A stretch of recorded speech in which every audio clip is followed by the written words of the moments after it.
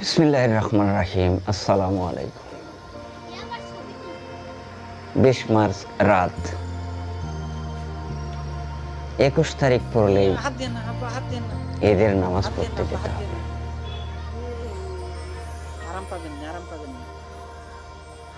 ভাই মিলে সিদ্ধান্ত নিলাম বাবাকে নিয়ে যাওয়া যাবে কিনা। নিয়ে যাব যদি সম্ভব হয়। সারা রাত বাবা কাশতে থাকলো, ঘর ঘর করতেছিল।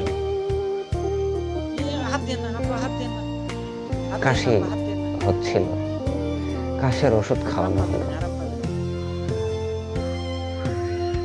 বাবাকে মাঝে মাঝে বলছিলাম, বাবা ঈদগাহের মাঠে যেতে হবে। বাবা বলতেন, পারবো বাবা আমি যেতে। বাবার ইচ্ছা আছে, কিন্তু যেতে পারবেন কিনা এটা নিয়ে সন্দেহান। রাত পোহালেই ঈদ, ঈদ উল ফিতর। বাড়িতে ঈদ করলে বাবাকে ছাড়া ঈদগাহের মাঠে যাওয়াটা মানায় না। 2 ভাইয়ের 2 সন্তান, 2 ভাই এবং বাবা, 5 জন মিলে কত মশকরা করে রাস্তার মধ্যে। আর সেটাকে স্মরণীয় করে রাখার জন্যই ঈদগাহের মাঠে যাব বাবাকে নিয়ে, এমন সিদ্ধান্তেই অটল ছিলাম। ছোট ভাই গোলাম মোস্তফার সাথে পরামর্শ করে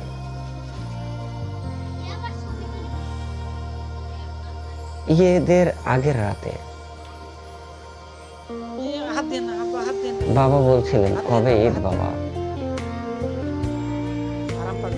বাবাকে বলছিলাম, রাত পোহালে ঈদ। বাবা মাঝে মধ্যে রাতে জেগে বলতেন,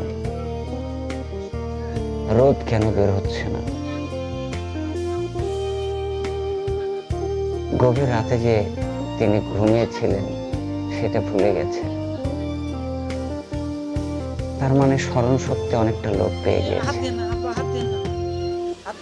আলো জ্বালিয়ে রাখা হয়েছিল রাতে, সব সময় রাখা। তাই তিনি বুঝতে পারতেন না যে এটা দিন না রাত। তার কাছে তখন সবই সমান মনে হতো।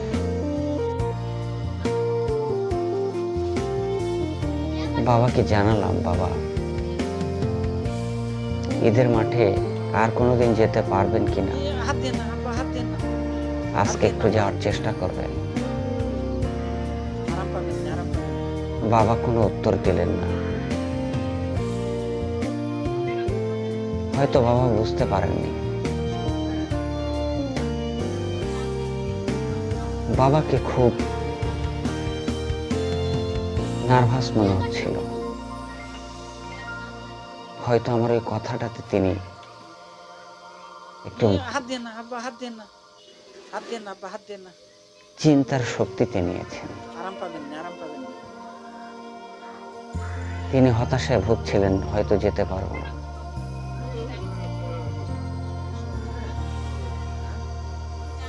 বাবার স্বপ্ন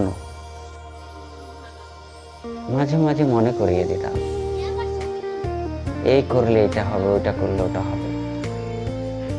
বাবা মুচকি হাসি দিয়ে থেমে যেতে। বাবাকে বলেছিলাম,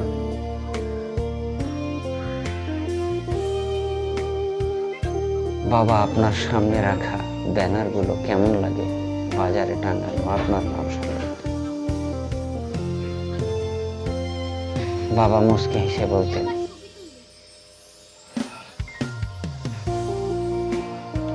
ঠিকই আছে। সেই বাবাকে নিয়ে ঈদের মাঠে যাব।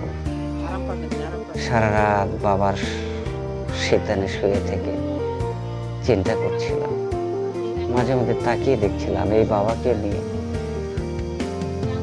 ঈদের মাঠে যেতে পারবো তো? শেষ পর্যন্ত স্বপ্নটা সফল হয়নি, পারিনি তাকে নিয়ে যেতে।